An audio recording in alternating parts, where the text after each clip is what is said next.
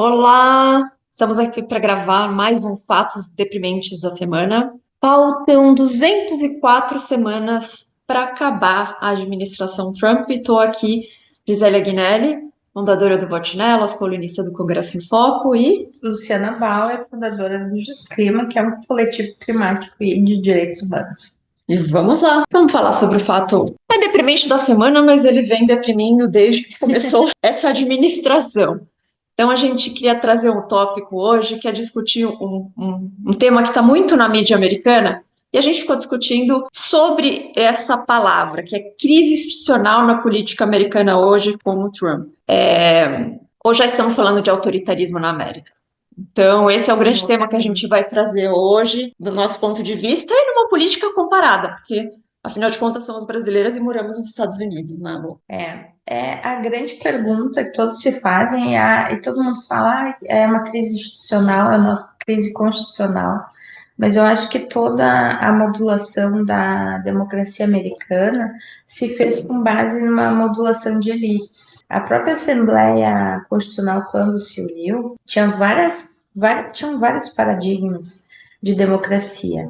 Tinha uma democracia que abarcaria mais pessoas, um voto mais universal, não digo na época dos escravizados, mas um voto bem mais universal, principalmente do Senado, que na época era só de pessoas ricas ou donas de terras, né?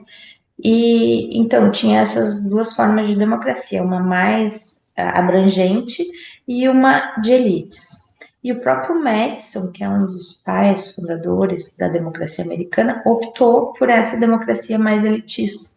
Ele falou que tinha medo que, se todo mundo tivesse esse direito ao voto, houvesse, por exemplo, uma votação para que as pessoas que tivessem grandes propriedades perdessem as suas propriedades e fosse feita a reforma agrária. Então, essa democracia que foi elitista e que tem uma constituição muito difícil de ser mudada, ela foi se tornando muito onerosa do ponto de vista sociológico. Uhum. Tu não tem a mesma impressão disso? Sim, sim. E a Luciana já foi muito lá para frente. Você me permite voltar um pouquinho? Meu Deus do céu! A Lu foi Fatos muito. deprimentes históricos. O que você está falando tem muito a ver com o começo de como tem uma crítica muito grande aos Estados Unidos e a qualidade da democracia americana, a força da democracia, porque isso um pouco se traduziu na forma como o presidente se elege hoje, que é o colégio eleitoral, né? Exatamente, o colégio eleitoral é uma tradução disso. Eu tenho uma crítica a essa elite política americana, mas a Revolução Americana e a Constituição, como todos aqueles homens brancos, ricos, possuidores de escravos, optaram pela democracia, é um ganho civilizatório. Sim. Que apesar de tudo, eles optaram por uma democracia na época. Eu tenho muito, assim, um extremo respeito pelos Estados Unidos, pela sua história. Sim. E por isso mesmo a gente acha, né, todos os pesquisadores de Constituição, que essa democracia ela poderia ir muito mais além do que ela está indo. O que fez ela parar no tempo? É a grande pergunta. Sim. Essa é uma grande pergunta, um assunto muito bom para outra live. E antes de voltar para o assunto, eu tenho um pouco de receio, porque eu acho, eu realmente, eu fico em dúvida se eu acho realmente o colégio eleitoral tão ruim quando eu olho a história dos Estados Unidos e como ele foi. Não me incomoda tanto o colégio eleitoral como me incomoda o Gate Matter. Vamos explicar então um pouquinho o que é o colégio eleitoral? Como é que ele foi concebido?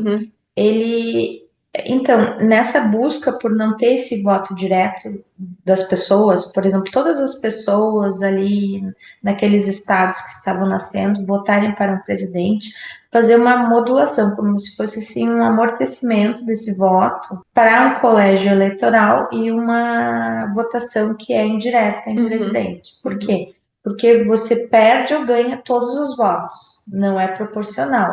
Tanto que várias vezes os democratas ganharam milhões até de votos a mais para presidente, mas não levaram a presidência porque essa modulação por estado se fez o seu trabalho. Então, A pergunta é a seguinte: por que as elites políticas aceitam isso, mesmo os democratas perdendo a eleição? Porque é um instrumento de elites, é um instrumento de poder que eles acham mais importante do que a própria democracia, da sua vontade direta.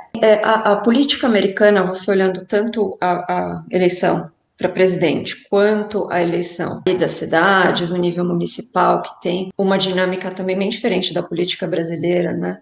Que você faz um mapa eleitoral ali, de uma composição do que seria no Brasil os setores censitários. E quem faz isso são os partidos políticos. E a gente pode fazer várias críticas a eles, mas também eles foram feitos de uma forma única, para responder a uma história única, e sim, ambos têm uma coisa de preservar quem já está lá, né, Lu? Exatamente. E quando você fala que o partido político aqui que desenha, e quando você é dominado por um partido republicano, uma cidade, você nunca consegue mudar, porque quem ganha faz o desenho dos distritos. Exatamente. Então, esse modelo dificulta muito, sim, a alternância de desenho. Por que não temos a justiça eleitoral apartada, com um sistema judiciário próprio, né, para ver toda essa parte de regular como vai se votar, quem pode ser eleitor, o desenho dos distritos. Então, é possível fazer uma manipulação disso. Sim. E conforme você vai desenhando os distritos, você vai dando mais votos para os republicanos. Sim, sim. Em detrimento dos democratas. Porque isso também é uma forma de manipular. Sim.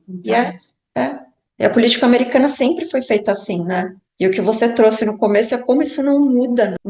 Tem algum movimento dos partidos? Não somente não muda, como está matando a democracia americana. Verdade. Isso que eu vejo. Verdade. Não é assim. Antes era só alguma coisa que era muito incômodo, depois foi se tornando alguma coisa muito perigosa, e agora estamos diante de um retrocesso sem igual. Sim, sim. Ela foi se envelhecendo, né? E foi perdendo eficácia ao longo do tempo. Uma coisa que fazia sentido naquela época, nos novos tempos passa a não fazer tanto sentido. E eles não foram fazendo nenhuma aprimoração nesse modelo, né? Eles vivem com o mesmo modelo há anos e anos.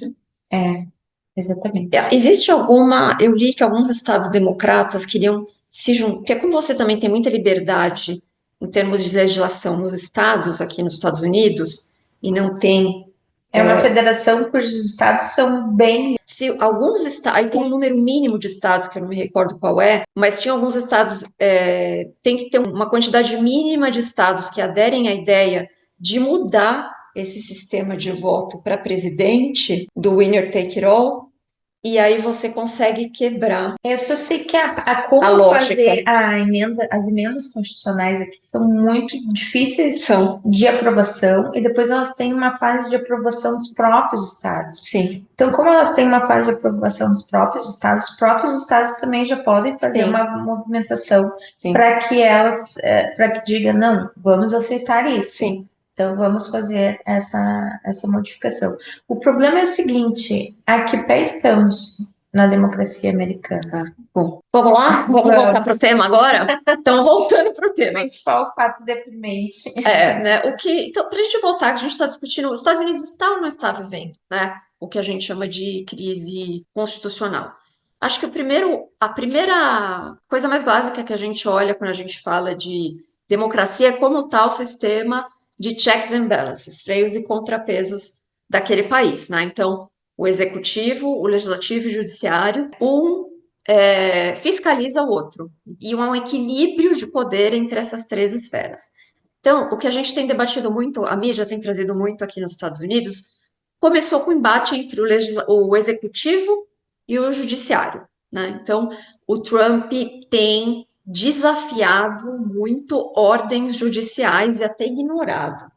Então, uma, para mim, das mais escandalosas aqui, olhando para o judiciário, ele tem ignorado uma ordem de um juiz para descongelar os milhões de dólares já aprovados pelo Congresso para o orçamento, que é a tal paralisia do governo se você não consegue executar o orçamento, que já foi aprovado na administração Biden pelo Congresso e pelo Legislativo. Bom, houve uma ação E o judiciário falou, descongele. E o Trump ignorou. E aí virou uma briga. Aí o que que acontece? Se você é uma pessoa comum, se você é uma empresa privada, você descumpre uma ordem judicial, você tem até agentes federais batendo na sua porta e podendo até te prender. O que que acontece se você é o presidente da República? Se você descumprir ordem judicial, aí a gente começa a passar já para um regime que há um descompasso entre o legislativo e o judiciário, um embate e um impasse entre o executivo e o judiciário. Mas isso é mais um fator de caos. Uhum. A estratégia toda está delineada no 2025, que é o projeto. Ali está a ideação de um projeto, de uma, como falam, de um Estado liberal, o que eu acho um eufemismo dos cientistas políticos aqui, porque na verdade o Estado liberal nada mais é adentrar a ditadura. Sim, sim. Ou uma oligarquia, ou uma plutocracia, mas não uma democracia saudável. Então, toda aquela ideação está lá. Como ele fez? Ele foi uma arma giratória nos primeiros 20 dias. Ele fez pelo menos 400 atos. Então, ele deixou todos os setores que foram atingidos, como, por exemplo, os professores de ambiental, as pessoas e ONGs de direitos humanos, todos atordoados, porque é quase impossível até de acompanhar a extensão de todas as alterações. E não cumprir essas ordens judiciais está muito mais no caos do que propriamente elas vão acabar sendo cumpridas, porque o sistema judicial aqui ainda trabalha, apesar de ser bem firmado em bases políticas. Ao contrário do Brasil, os juízes aqui são a maioria eleitos, com exceção dos juízes federais. Mas então, toda essa ideação está lá. E como fazer ela? Por meio do caos. Sim. E não estamos mais assim numa democracia liberal ou num Estado liberal. Estamos concretizando o que já aconteceu na Polônia, aqui, o que já aconteceu na Hungria, o que aconteceu um pouco na Turquia, que é ter algumas instituições funcionando, que dá um lustro de democracia, mas por dentro elas estarem totalmente mortas ou falhas. Porque o projeto 2025 é desmanchar a democracia por dentro. Sim. Retirar todo o corpo de funcionários públicos, aquelas pessoas que vão fazer o Estado acontecer e vão fazer a Constituição acontecer. Só fazendo um adendo à fala da Lu, ela acabou de falar sobre o projeto 2025, só para lembrar do nosso querido Brasil, né? O plano de golpe encontrado pela Polícia Federal no Brasil, que era um plano com financiamento, quem participa, matar o presidente, o vice-presidente, o presidente do Supremo, estabelecer uma ditadura militar no Brasil, tentando fazer um rascunho do que já foi no passado. Mas bastante o que a gente já teve no passado, que teria acontecido no Brasil, a gente descobriu agora, está sendo investigado, vai ser julgado. Né? Já o projeto 2025 aqui dos Estados Unidos tem uma diferença, né, Lu? É muito o que a gente já viu no livro do professor Levinsky, como as democracias morrem, né? E que que os cientistas políticos tanto têm falado, ou a tirania das minorias, que o professor Levinsky trouxe depois, o como as democracias morrem, falando também bastante de como ele deu um passo anterior e ele falou sobre como os tiranos chegam através dos partidos políticos legalmente estabelecidos, como é o caso do Partido Republicano, como o Trump consegue chegar, né? Então, se a gente olhar como uma Meloni, como essas figuras, Alice Weidel da Alemanha, como essas figuras extremistas, hoje os partidos políticos permitem que elas cheguem. E os partidos políticos, se a gente der um passo antes, eles não podiam ser, porque eles são os guardiões da Constituição, eles são os guardiões da democracia. Então, ao permitir que essas figuras se candidatem, a gente já tem aí um resquício de um problema grave da democracia representativa. É o populismo, né? Mas voltando lá, da voto, né? Enfim. Eu só queria falar que tem um livro até que eu gosto bem mais do que o Monk ou Levinsky, que é da Anne Applebaum. Ela escreveu sobre autocracia. Ela tem um livro sobre autocracia. E é uma mulher. E ela é uma repórter da Polônia. E ela fala como a Polônia entrou neste modo liberal.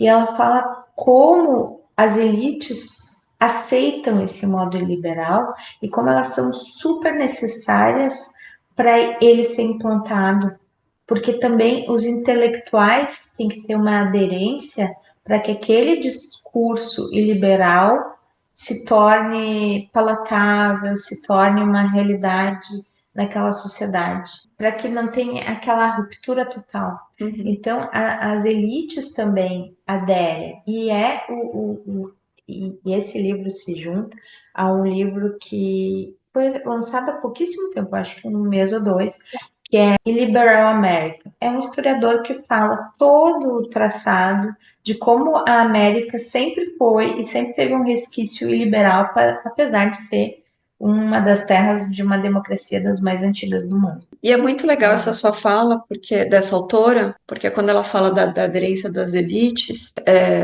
para o caminho de uma democracia liberal, e a gente voltando, olhando para os Estados Unidos, né, são as Big Techs hoje que vieram com o Trump, né?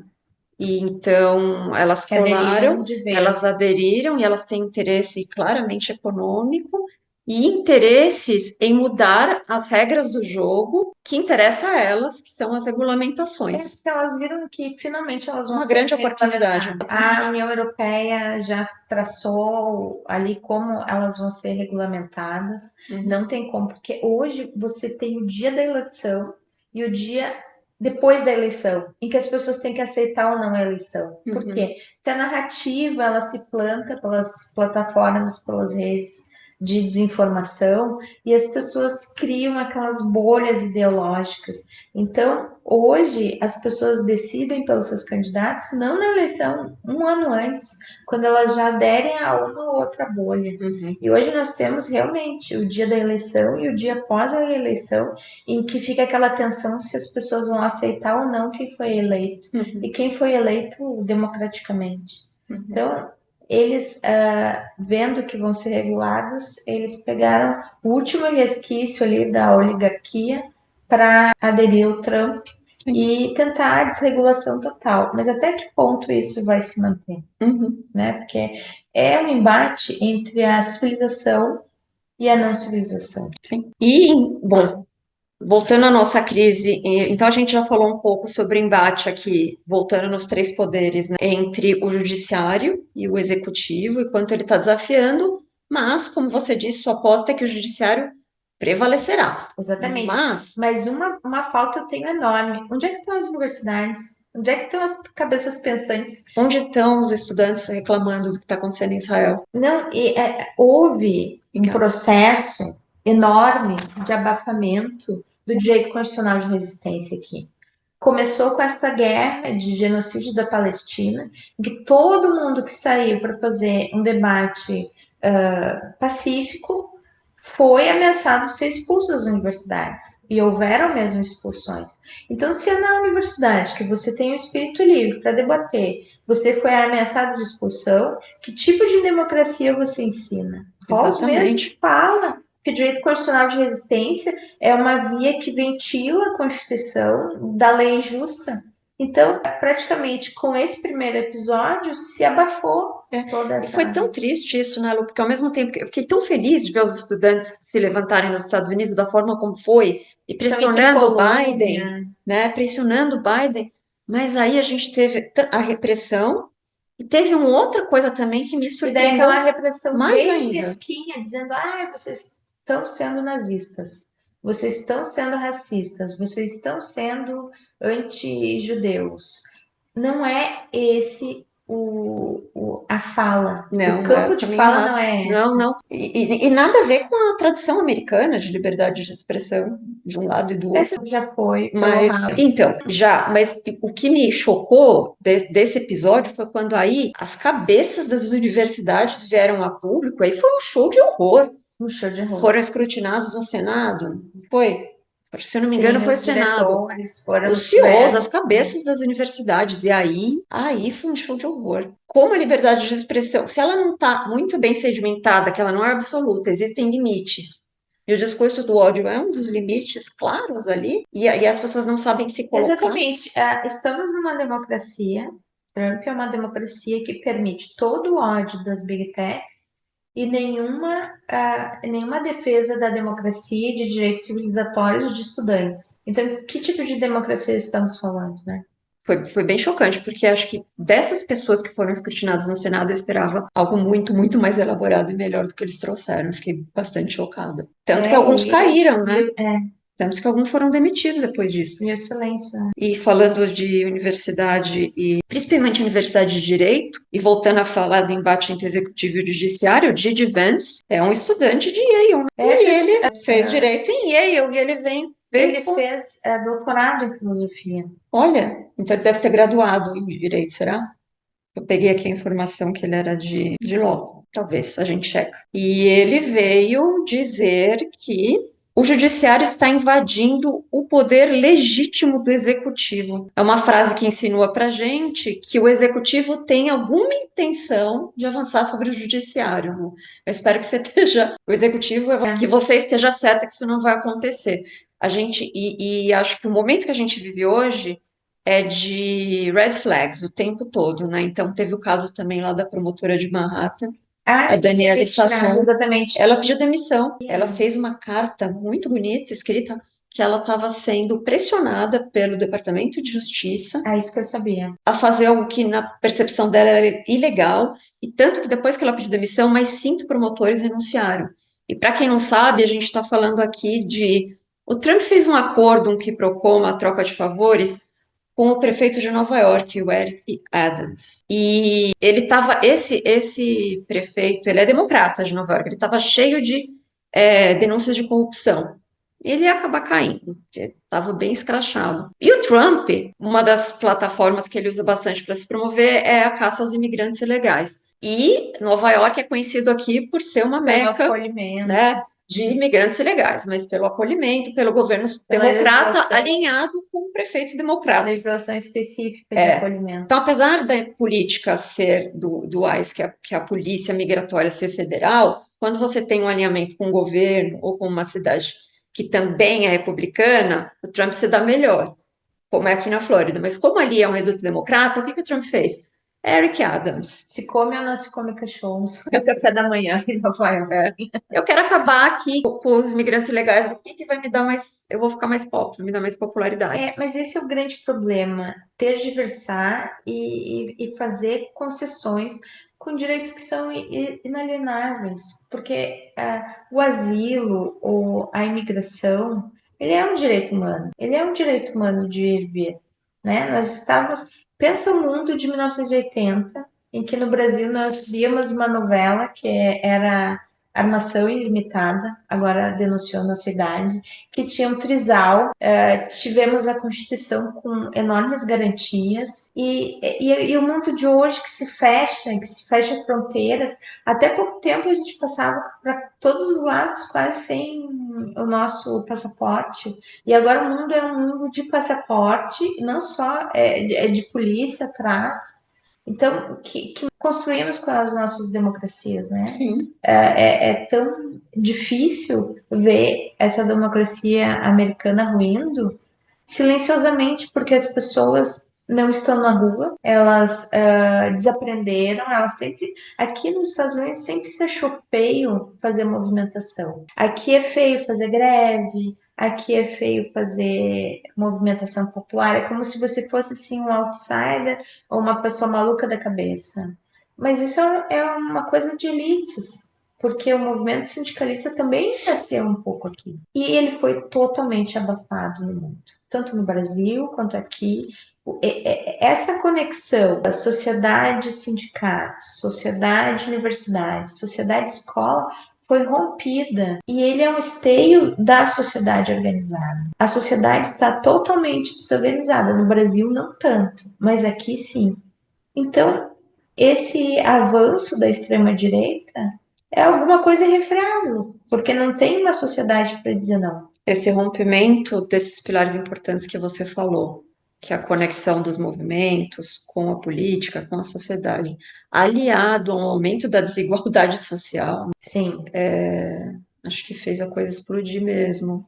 E aí um discurso populista e um líder carismático, e um discurso carismático populista, e esse tipo de líder populista ele só avança, encontra um terreno fértil quando a sociedade está em crise. É aí que o discurso populista mais E é o discurso floresce. populista, fascista clássico. Escolhe um inimigo, no caso dos Estados Unidos, o imigrante. Sim. Quando todos sabem que economicamente retira os imigrantes, aí sim a economia dos Estados Unidos vai ruir. A economia Sim. dos Estados Unidos está fadada a um colapso porque não vai mais se usar o dólar. É um fato econômico. O professor Richard Wolff, que é um conhecido economista aqui dos Estados Unidos, ele falou que não se usa mais as reservas em dólar. Os países estão abandonando o dólar. Então não tem mais como se manter essa democracia também do ponto de vista econômico. O que vai acontecer? As pessoas já estão empobrecidas. Com o colapso da moeda americana, o que vai acontecer? Ninguém sabe. São tempos muito obscuros e os eleitores e o sistema, os poucos republicanos sensatos que ainda restam, podiam se unir aos democratas Sim. e fazer um resgate deste país. E a gente não vê isso. É um silêncio total. A gente não vê isso, a gente vai falar disso, porque você está falando do legislativo agora. Então, a gente deu uma pincelada na relação entre o judiciário e o executivo, A não que relação. ela ainda não se rompeu, mas está assim com todas as luzes vermelhas piscando, essas demissões, as pessoas que pedem demissão porque foram, né? As pessoas têm que entender que, ao contrário do Brasil, que os promotores ou o Ministério Público Federal é concursado, aqui eles são cargos políticos, ou eles são eleitos, eles são cargos de confiança, mas não é uma confiança que eu vou lá e demito, é uma confiança que eles se mantêm. Mas porque a situação está insustentável para eles exercerem o seu próprio poder de polícia ali, legal, Porque o negócio está leis, muito das grave. denúncias, eles estão fazendo uma demissão em massa. Sim, porque sabe que vai fazer alguma coisa errada e o governo é 4 anos, né? Se a pessoa faz uma coisa errada, ela pode ser presa a qualquer momento, né? Pessoa e por ética também. E aí, mas eu acho que a gente pode pular um pouco para a relação agora entre o executivo e o legislativo, porque para mim, Lu, é aí que a gente já está na crise. Porque o judiciário, você falou, talvez ele vá dar trabalho, mas ele vai cumprir, ele vai ralhar, ele vai ser o bullying que ele é sempre, ele vai lá no Twitter, vai falar mal dos juízes, ele é um bullying, o presidente Trump. Mas, com relação ao legislativo, me preocupa mais, porque desde os dia 1,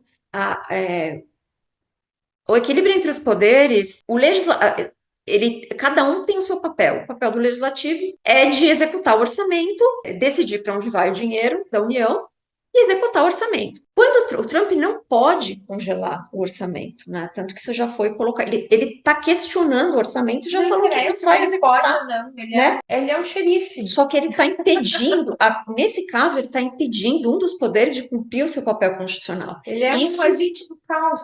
Isso já, para mim, essa relação. Esquizofrênica total. Essa relação, na verdade, não é nem esquizofrênica, que está ignorando o legislativo. O legislativo não está votando nada significativo para o país. Exatamente, é a grande grita do legislativo. E ele está com executive orders, ele está, no Brasil a gente chama decretos presidenciais, mas ele está lá, por decreto, fazendo um monte de coisa que não deve fazer. Então tem coisas assim, que é óbvio, a gente sabe que é populista, tipo acabar com o direito de nascença dos imigrantes, ilegais que nascem aqui, quando eles têm filhos, eles têm direito a serem reconhecidos como cidadãos americanos. Isso é constitucional, não tem como o executivo. O Ius Soli, quem nasceu na terra. Isso a gente sabe que eles sabem. Mas ele, como um governador populista, como um presidente populista que foi lá e, não, vou assinar que não pode mais. Óbvio que já caiu isso. Mas ele foi muito além disso. Assinar coisas que ele sabe que notoriamente vão cair, porque sabe. até cair, usou toda a energia daquela instituição para fazer cair. E é uma coisa comunicando. da emenda, é uma emenda que diz que os americanos que nascem aqui, as pessoas que nascem aqui são americanos. Sim. Então, mas toda essa energia vai ser usada para tentar demover e restituir a institucionalidade. Uma energia que poderia estar sendo usada sem dúvida. Faz aquela confusão com a mídia, que tem tanta coisa para falar, que não consegue dar conta de se aprofundar em nada, mas principalmente usa para fazer propaganda do governo para os seus. E isso me assusta mais. falando com as suas próprias bolhas, porque eles vão falar, olha, tá fazendo, olha, ele tá fazendo o que ele prometeu. Sabe que ele tá fazendo uma coisa que vai cair, que não é constitucional. Ele tá Então, só quer mentindo. saber quando a inflação não descer, que a inflação está assim, galopante aqui. A gasolina está crescendo sempre os seus centavos a cada semana. Uhum, Quando a inflação não baixar, o que ele vai explicar para o seu eleitorado? Que todo esse fogo de artifício serviu para uhum, melhorar a vida das pessoas? uhum. Então, é isso que as pessoas não se dão conta. Acabei de falar, até eu falei para você, acabei de encontrar uma senhora que ela trabalha de limpeza aqui há 18 anos, tem o seu green card, mas ela falou que não voltou naquela moça, que seria a Kamala, porque ela era a favor dos imigrantes e o que ela falou? Ela era uma pessoa que era do tráfico de drogas. Eu fiquei incrédula, né? Eu disse, não, isso é impossível. Isso é impossível. Mas ela disse porque ela faz parte das pessoas que estão na bolha de desinformação aqui, que são brasileiras, que têm voto americano, que estão na bolha de desinformação aqui e que acreditam nessas mentiras. As plataformas têm muito de responsáveis na degringolada democrática. Porque o marido dela é brasileiro e não tem papéis. Foi barrado aqui para entrar. Agora ela vai lá para o Brasil fazer um procedimento no consulado para tentar trazer ele. Mas mesmo assim, ela é retundante dizendo que naquela mulher ela não voltava. Isso expressa como é fácil você acabar com uma candidatura feminina. Ela é sempre louca, ela é sempre corrupta, ela é sempre. É muito, muito fácil. Eu fico pensando se fosse um homem democrata, se ele não tivesse se elegido, sabe? Uhum. Se não teve muito, muito, muito de um preconceito contra o feminino, que era a candidatura da. Eu não tenho dúvida disso, Lu. Eu acho que quando a gente faz a análise do que aconteceu na eleição, eu acho que o pilar econômico é importantíssimo de se analisar, né? Inclusive, economia real versus percepção econômica, por conta desse problema de. Percepção bem mais, às vezes, do que a economia real, né? Que a percepção negativa e a economia real indo bem, né? E esse gap, de onde vem, né? Aí a gente vai falar de comunicação, mas o pilar é economia. Mas o outro pilar, para mim, que a gente não pode deixar de falar é claramente um backlash com relação aos avanços feministas e o que uma imigrante de pele escura, mulher, candidata à presidência, está fazendo nesse cenário. Sempre foi muito tradicional. A Câmara, mesmo sendo democrata, quando ela foi procuradora do estado da Califórnia, ela tinha decisões muito reacionárias. Então não era uma questão assim, olha, de ir contra a moral e os bons costumes. É um preconceito puro e simples e um plantar de desinformação muito eficaz e que agora também ocorre no Brasil. Ocorreu a Cambridge Analytics no Brexit, na eleição primeira do Trump, na eleição do Bolsonaro. E toda essa maquinaria agora se volta para moer a nossa democracia. Isso que eu digo. Sim. Essas redes sociais, elas estão agora voltadas para eleger o projeto fascista no Brasil. O que a gente vê nas mídias como pesquisador? Os sites de esquerda não estão mais funcionando, não estão mais com a mesma entrega, eles ficam com os vídeos travados, ou seja, todo aquele algoritmo que a gente ainda está sem regulamentação, porque o lobby é muito forte no Brasil, estão atuando a favor dessa extrema-direita. Ontem eu recebi a mensagem que iam derrubar minha página no Facebook. Não, E não deram por quê. E eu já tive alguns problemas. Foi por causa da foto. Só a foto que tinha assim o Trump meio vermelho demais. Eu recebi. Já deve ter sido. E isso, Lu, é tão tão complicado, porque assim, Você fica totalmente acuado do grande irmão. É totalmente 1984. e Totalmente. hoje, você citou o clássico, mas hoje a gente sabe que comunicação é tudo. E quando você tem as big techs claramente tomando um lado político, Dizendo que não vão regular, quando na verdade elas estão limpando. quando na verdade elas tomaram um posicionamento político. E aí ela coloca claramente o outro lado em desvantagem de comunicação. Isso, o impacto disso para uma eleição é incomensurável. Exatamente. Não existe mais eleição livre enquanto as big Em techs igualdade de não forem direitos e reguladas. de condições, por isso que existem as regulamentações para a eleição ser realmente livre. Exatamente. Então, eu acho que isso é uma coisa que a gente Por pode. isso o meu livro fala sobre disso. Eu trabalho muito com clima ambiental, mas eu comecei a ver, quando eu criei o Jus Clima, que o grande problema do Brasil e do ambiental também é essa ascensão do fascismo, é essa ascensão antidemocrática. Sim, Então, não tem hoje como falar de crise climática sem falar da crise democrática. sim. E voltando para a nossa crise democrática constitucional, né? A gente já falou aqui o quanto ele estava de várias formas, falamos do orçamento, ele também desmantelou lá a USAID, que é uma agência que fazia vários projetos importantes internacionais, que foi desmantelada Que dizem que também era uma perninha do serviço secreto para fazer uma precarização, às vezes, de alguns regimes que eles não gostam, como o sim, cubano, né? sim, tinha de tudo, tinha muita coisa ali, mas independente do que tinha ali, o que eles fizeram foi inconstitucional, porque E eles pararam, assim, tinha embarque de medicamentos, vacinas, comida no Sudão, que ficou comida no aeroporto e perecendo, não pode ser entregue. podre para ação humanitária. Então, assim, quando você e quem para fazer o desmantelamento dessa agência, que podia ser uma prerrogativa, mas tinha que passar Temos que falar pelo dela. Um legislativo. grande fato deprimente também desse início de ano é Elon Musk. Gostaria que você apresentasse um pouco O o fato mais personagem. deprimente Não, foi o um dos fatos mais deprimentes. Porque ver aquela posse com aquele enfileiramento de oligarcas. Eu não quero falar do Elon Musk, eu tô Não com muita quer? raiva. Ok, Eu então tô com não muita vamos raiva falar. dele. Não, fala você, eu tô com. Não sei, não sei. O meu fato mais deprimente da semana que eu escolhi para falar foi ele falar que. O Trump falar que a Ucrânia teve culpa ali do início da guerra, do conflito, quando foi a Rússia que invadiu a Ucrânia ia fazer o quê? Tem um território invadido militarmente por outro país, recorreu à OTAN, aos aliados e me ajuda. Ele inverteu, é uma mentira tão deslavada, né? E ele inverteu para se alinhar à figura que ele mais admira de todas as autocracias no mundo, que é o Putin. É óbvio que ele ia ficar do lado do Putin.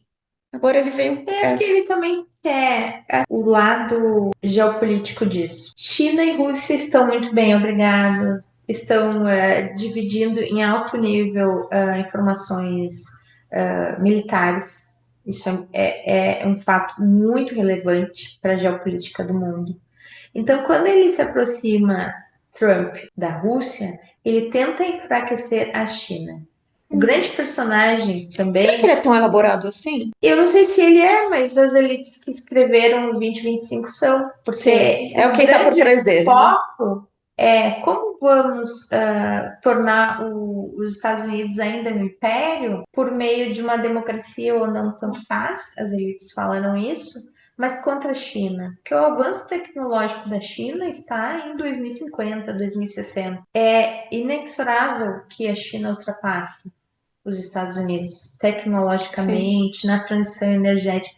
Os veículos chineses elétricos são muito baratos e não estão entrando na europeia, estão entrando, mesmo com uma taxa de, sei lá, 50% de tributos, ainda são os mais comprados que os próprios veículos alemães, que é o berço de veículos. Né? Então, toda essa revolução tecnológica, essa transição é uma transição de era. A gente está vivendo um passar de era que vivemos entre as guerras, mas que hoje vivemos não com uma guerra, mas com uma transição tecnológica Sim, que se sim, impõe. sim. E os Estados Unidos foram deixados para trás por eles mesmos, pelas elites, e agora querem correr atrás no Sim, grito. dessa forma. Mas eu acho importante a gente falar dos fatos deprimentes da semana, as pessoas observarem com relação ao Trump o que ele fala e o que é fato que ele faz. Eu acho que isso, Sim. para quem ainda tem dúvida do que está acontecendo aqui, então ele mente. Por exemplo, toda a proposta do América para os Americanos, Make America, ele falou que ele não ia dar dinheiro nenhum para as guerras internacionais. E ele quer aprovar, nem um mês de governo, ele quer aprovar 7 bilhões de repasses de bombas e armamentos, que já tem, acho que 1 milhão, salvo engano, aprovado, para Israel, para acabar com mais o que em Gaza? Não tem nem que destruir mais lá. Que os porta-aviões dos Estados Unidos ali. Então, assim, mas a contradição no discurso e outra. Esse dinheiro que ele vai dar, os armamentos são feitos aqui, né? Quem está ganhando, lucrando com isso é Sam. Mas isso é outra coisa. O discurso e a fala não batem, né? Então ele ficava muito cheio de dedos de falar sobre Ucrânia e Rússia na eleição, ele ficava cheio de dedos, né? E agora ele está mostrando que o alinhamento dele é com a Rússia. E os E ele republicanos que são e contra ainda Trump? pediu 500 bilhões de dólares, né? Para os Zelensky, que foram gastos. Ou ele cede terras raras, de minérios raros, para os Estados Unidos, ou ele paga o que os Estados Unidos já gastou. Mas o problema é que a Rússia pegou a maioria das partes que tinham mais minérios. Ele vai pegar o quê? Ele quer alguma agora? coisa ali também. Porque ele quer que o Zelensky pague o que já fez. O mais dramático disso tudo é que um mês depois do início da guerra, o Zelensky estava numa mesa de negociação para acabar com a guerra e não aceitou na última hora, porque eu acho que foi o primeiro-ministro do Reino Unido dizer que ele ia ter reforços, etc, etc. Eu não sei se naquele momento em que havia um pouco avanço da Rússia. Ele devia ter aceitado, né? Pensando no futuro que poderia acontecer nos Estados Unidos, talvez. Uma grande questão que eu tenho é esse neonazismo que falam tanto da Ucrânia. Falam realmente que há um movimento neonazista e fascista, e que isso eu gostaria de explorar futuramente em outro episódio, que é uma coisa assim, não resolvida ali. Combinado.